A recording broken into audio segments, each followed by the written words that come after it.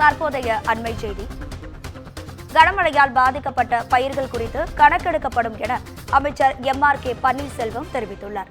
வடகிழக்கு பருவமழை டிசம்பர் மாதம் இறுதி வரை நீடிக்கும் என எதிர்பார்க்கப்படுவதாகவும் அவர் கூறினார். பயிர் பாதிப்பு நிலவரங்களை மாவட்ட வேளாண் இணை இயக்குநர்கள் அவ்வப்போது கண்காணிப்பாளர்கள் என்றும் வேளாண் அதிகாரிகள் வருவாய்த்துறையினருடன் இணைந்து 33% மேல் உள்ள பயிர்கள் கணக்கிடப்படும் என்றும் அமைச்சர் MRK பன்னீர்செல்வம் தெரிவித்துள்ளார்.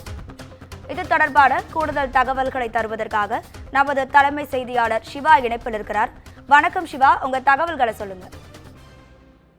ராதிகா, வடகிழக்கு பருவமழை டெல்டா மாவட்டங்கள்ல மிகப்பெரிய ஒரு பாதிப்பை ஏற்படுத்தி வரக்கூடிய நிலையில இதன் காரணமாக பயிர் பாதிப்பு ஏற்படக்கூடிய இந்த மாவட்டங்களில் பயிர் பாதுகாப்பு நடவடிக்கைகள் ஓரிரு நாட்களுக்குள் மழைக்கு பிறகு இந்த பயிர்களை கணக்கெடுக்கக்கூடிய பணிகள் என்பது தொடங்கப்படும் என்று வேளாண் துறை அமைச்சர் MRK பன்னீர்செல்வம் தெரிவித்திருக்கிறார்.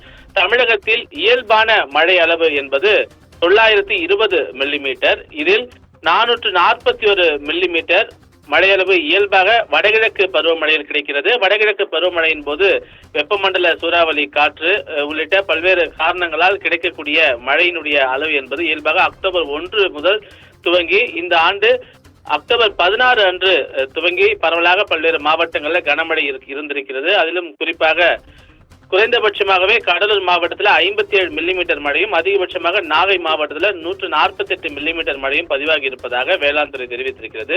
இதுல சுமார் 31,853 ஏக்கர் பரப்பளவில் சம்பா நெல் சாகுபடி செய்யப்பட்ட வயல்களில் நீர் சூழ்ந்திருக்கிறது. அது மட்டுமல்லாமல் நாகை மாவட்டத்தில் 18,972 ஏக்கர் பரப்பளவிலும், மயிலாடுதுறை மாவட்டத்தில் 8,151 ஏக்கர் பரப்பளவிலும், திருவாரூர் மாவட்டத்தில் 2,391 ஏக்கர் பரப்பளவிலும், தஞ்சாவூரில் 2,339 ஏக்கர் பரப்பளவிலும் மழை நீர் என்பது சூழ்ந்திருக்கிறது என்பதனை வேளாண் துறை அமைச்சர் தெரிவித்திருக்கிறார். இந்த வடகிழக்கு பருவமழை தீவிரமடைந்துள்ள நிலையில் வேளாண்மை உதவி இயக்குநர்கள், வேளாண்மை அலுவலர்கள், துணை வேளாண்மை மற்றும் தோட்டக்கலை அலுவலர்கள் மொத்தம் 1963 நபர்கள் மற்றும் உதவி வேளாண் தோட்ட அலுவலர்கள் 3945 பேர் என ஒட்டுமொத்தமாக கிட்டத்தட்ட 6000 நபர்கள் களப்பணியில் இருக்கிறார்கள் என்றும் அவர்கள் விளைநிலங்களில் இருக்கக்கூடிய சிறு சிறு பாசனம் மற்றும் வடிநீர் வடிகால்களில் இருக்கக்கூடிய செடி கொடிகளை அகற்றிட வேண்டும் என்பது தொடர்பான நடவடிக்கைகளையும், வடகிழக்கு பருவமழையின் போது வெள்ள நீர் சூழ்ந்திருக்கக்கூடிய வயல்களில் அதிகப்படியான நீரை வெளியேற்ற வேண்டும் என்பது தொடர்பான நடவடிக்கைகளையும்,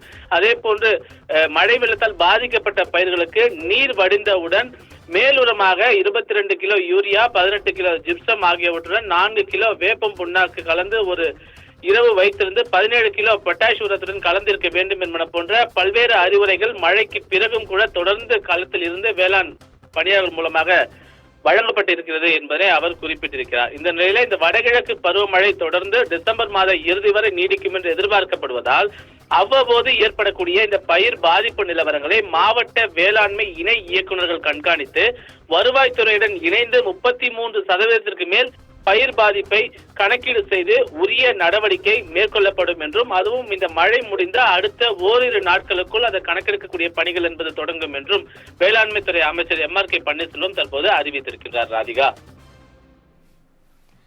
பயிர்களுக்கு உரிய இழப்பீடு வழங்க வேண்டும் என பொதுமக்கள் கோரிக்கை விடுத்துள்ளனர். உங்க தகவல்களுக்கு நன்றி சிவா.